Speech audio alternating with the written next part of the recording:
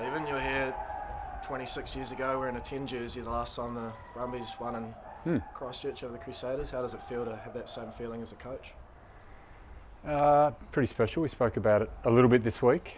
We certainly spoke about the challenge that comes out of playing in Perth and getting across New Zealand, and the opposition being the Force and the Crusaders, and the traditional rivalry that we've had with the Crusaders over the years. And yeah, I mean, the game was really tense there at the start. We had all the possession, all the territory, but we couldn't get across the line, and thought that was going to be the case in the second half. But yeah, I mean, some really good individual performances that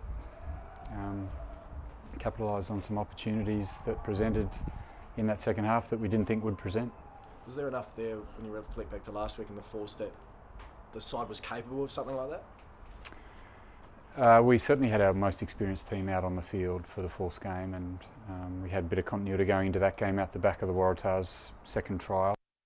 And now we've been lucky enough to keep this 23 together, I think for the first time since I've been back with the Brumbies. So I think that goes a long way to, when the game has a lot of pressure in it, I think those combinations that you start to build over a period of time come to the fore, and we probably saw that today. That we were expecting this. We knew it was going to be a hard game, but we had a really good preparation, and we had some really clear focus points coming into the game, and I thought we executed those pretty well.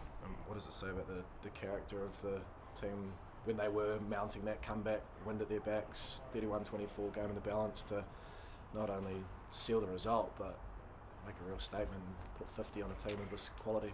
Yeah, I mean that game just blew out, and if you look at the quality of the game up until that point, it was sort of tit for tat, and it could have gone either way. And we certainly won't get ahead of ourselves. We know the Crusaders started poorly last year, but then they went on to win it.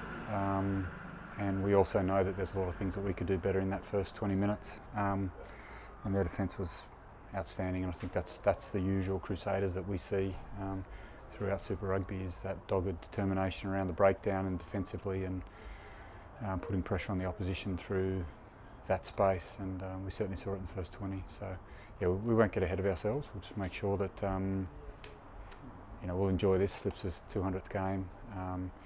26 years, and we've got a 6-day turnaround into the Blues next week, so that's an equally tough challenge. Just last one for me, sorry Rob. That's the last one, guys. You guys. No, you. I was just going to ask about the discipline 49 minutes before you guys gave away a penalty, especially given there was so much quite competitive at the breakdown leading to that. Was that one of your real focus points this week?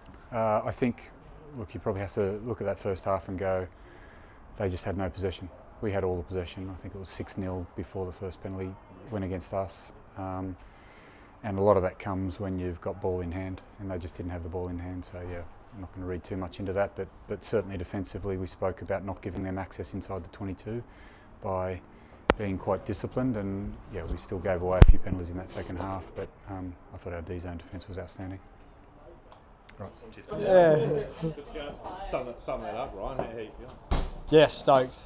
Super proud, and to be able to do it on Jimmy's 200th makes it even more special. So the boys are absolutely stoked with that, and it's something we'll probably remember for the rest of our lives, I think. Yeah, 26 years since the Brumbies came to Christchurch and won, and obviously it's 15 years since there was a lot going on, and to end the streak, I mean, how did you guys do it? We just stuck to our game, really. The first half was pretty good. We had to work exceptionally hard in that first 20 minutes. We had a lot of ball, and they defended really well, put us under a lot of pressure, but we knew that if we stuck with it, that our opportunities would come. And they eventually did, probably more so in that second half. It started to loosen up a little bit more, and we used some good skill, and we scored some great points. And and then we knew they were going to come back, and it was quite tough to exit there in that second half with the wind. And they put us under a bit of pressure, but super proud of how the boys sort of managed that game and managed our discipline quite well and put us in a good spot. Yeah, I mean, 5-point lead turning at the half, going back into that win. Did you think that was enough, or would you like a few more? Yeah, I was a little bit worried about it, particularly with how much ball we had in that first half. But we knew that we'd sort of taken a bit of sting out of them with how much we had attacked. It was a tough wind. I think we managed it quite well, and we actually attacked really well in that second half, so we didn't actually have to exit too much. Yeah, great result all round, and yeah, super proud. Just a word on Andy Muirhead.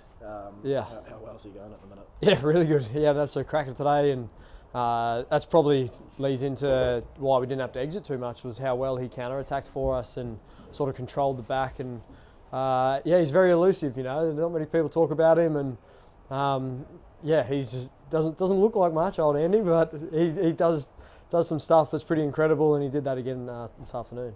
31-24, it very much felt like the game was in the balance with sort of 10 or 12 to play. I think their guy came back on from a yellow card. Like, when you reflect back on that, sort of the moments before you scored that, what ended up being your third to last try, like what was critical in those moments just to keep cool heads and get the outcome? Yeah, I think our discipline was big in that second half. You know, giving them sort of easy territory with that wind, you know, gives them a massive leg up, and I think that was pretty good. We controlled that pretty well, and then you know, we built pressure through our attack. Our forwards were great in the A zone with our pick and drive, and then you know, we just continued to put pressure on them, and yeah, you know, Decky found some space in behind there and put it over the top, and we get a result out of that as well. So look, all around the park, I think we were quite sharp there in that second half.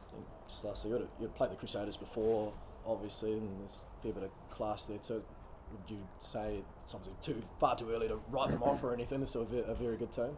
Oh, absolute class. I was pretty worried there in that first half with how they were fronting up in defence, and then you know, they had some real opportunities there on attack off the back of that, and we were pretty cooked, and we knew it was going to take a lot from us to be able to hold this Crusaders team out. We know how good they are, particularly here at home, and you know, they put us under a lot of pressure, and yeah, you know, I don't think anyone should worry about where they're at, because it's round 2 and no one remembers round 2, so I'm sure they'll come back strong.